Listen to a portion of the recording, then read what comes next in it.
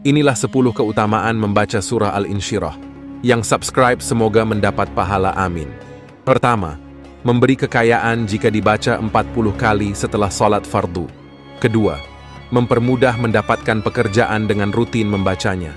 Ketiga, melapangkan hati di tengah kesulitan. Keempat, membantu terkabulnya doa saat digabungkan dengan sholat hajat. Kelima, menghilangkan rasa malas, terutama untuk beribadah.